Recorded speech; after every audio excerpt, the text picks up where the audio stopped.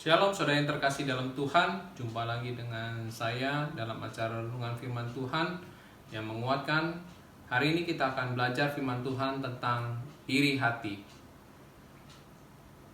Firman Tuhan diambil dari Kejadian 4 ayat yang kedua sampai dengan ayat yang ketujuh. Mari kita membaca bersama-sama.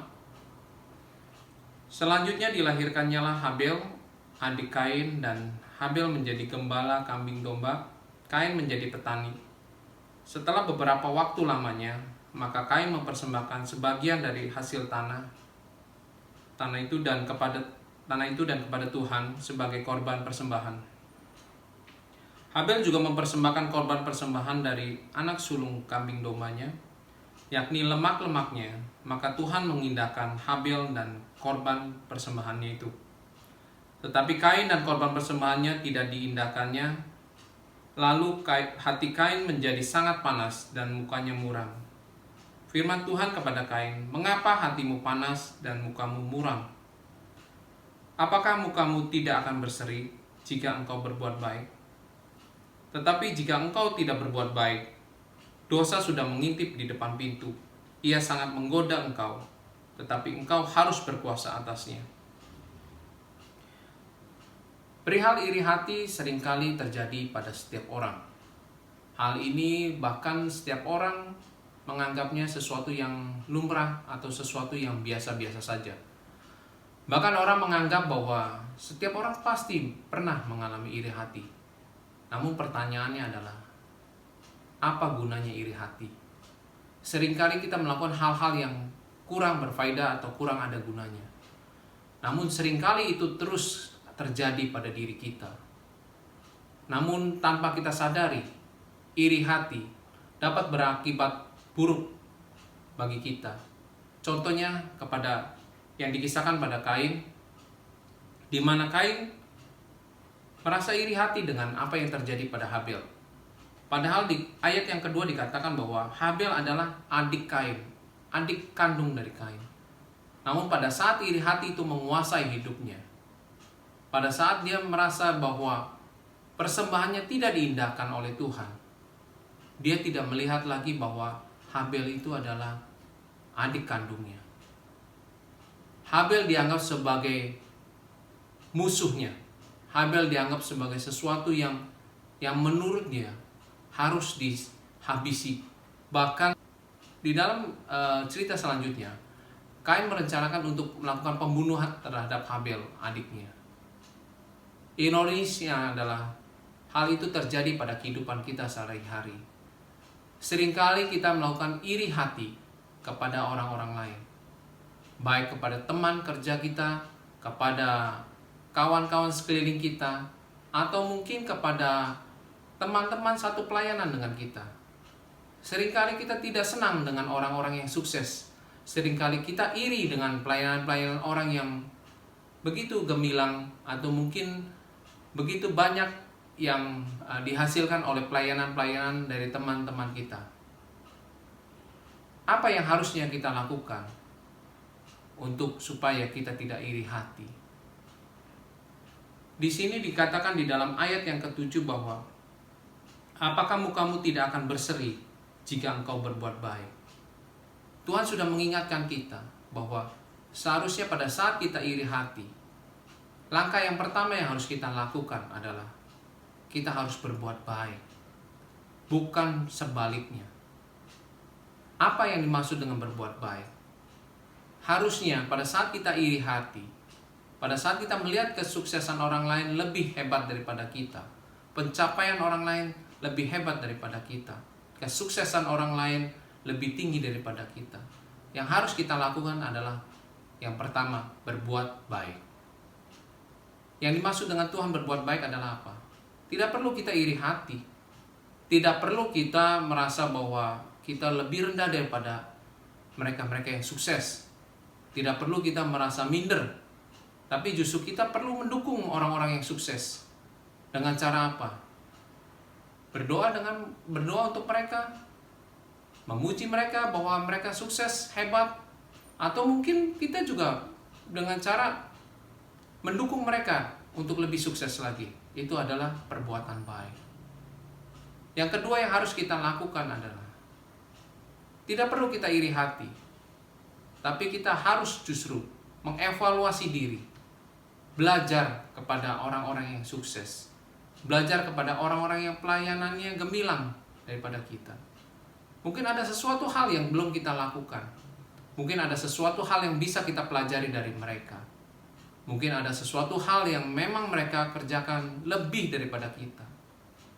Jangan kita menghakimi mereka. Jangan juga kita membuat atau merancangkan sesuatu yang buruk supaya kesuksesan mereka tidak berlanjut. Bahkan kita merancangkan sesuatu yang buruk buat orang lain. Tuhan selalu berkata bahwa kita harus berbuat baik. Karena kalau pada saat kita iri hati dan kita tidak melakukan evaluasi dan juga melakukan hal-hal yang baik, dosa sudah mengintip kita. Untuk kita bekerja sama dengan iblis, merancangkan sesuatu yang buruk kepada orang lain.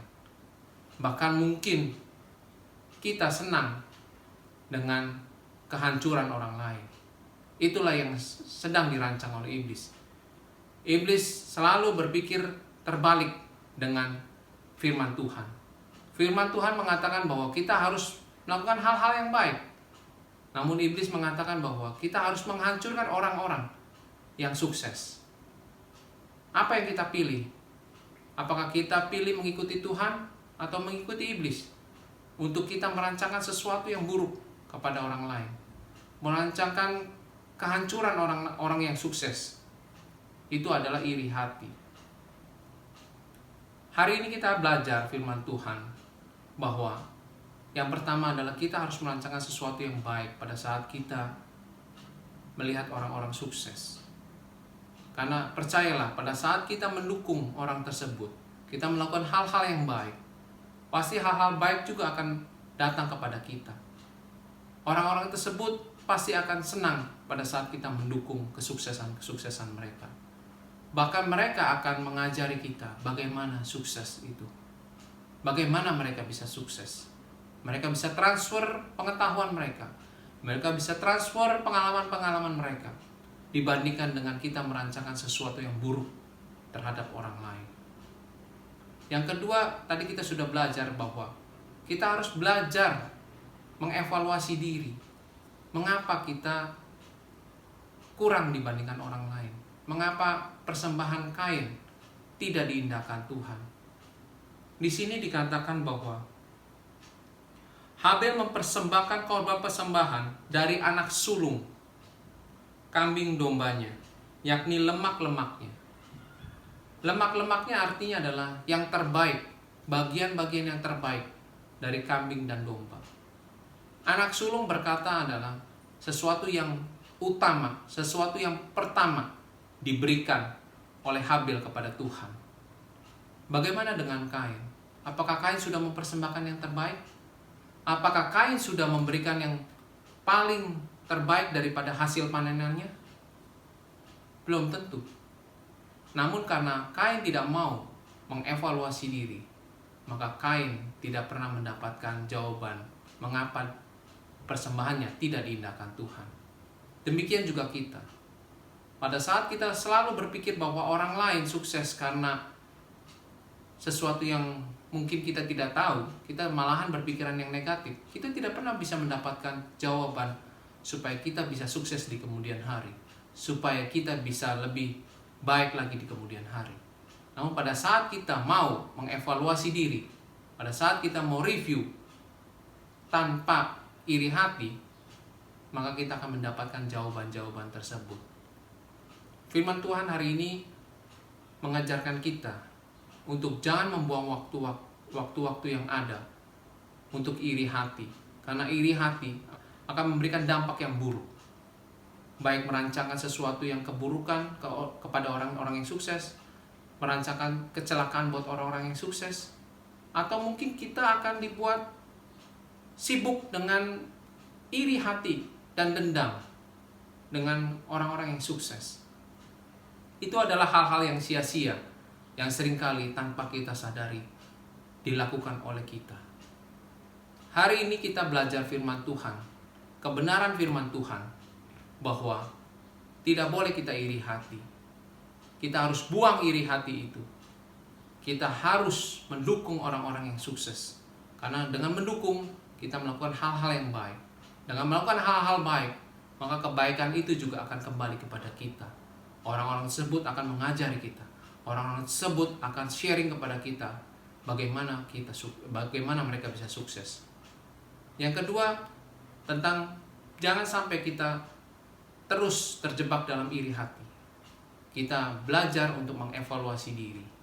Pada saat mungkin Kain bisa mengevaluasi diri tanpa perlu membunuh Habel, mungkin Kain bisa mendapat jawaban bagaimana bisa sukses dan menyenangkan hati Tuhan. Demikian juga kita. Pada saat kita melihat pelayanan-pelayanan orang lain lebih sukses daripada kita harusnya belajar bagaimana mereka bisa sukses, bagaimana mereka bisa menyenangkan hati Tuhan, bagaimana mereka bisa berhasil daripada kita. Kita bisa evaluasi diri dengan cara kita merendahkan hati kita untuk mengevaluasi diri. Sehingga yang terjadi adalah kita bisa memperbaiki diri untuk menghasilkan sesuatu yang lebih baik daripada apa yang kita kerjakan sebelumnya. Buang iri hati dan terus maju dalam Tuhan supaya kita bisa mendapatkan jawaban untuk menjadi orang-orang yang lebih baik di kemudian hari. Tuhan Yesus memberkati. Shalom.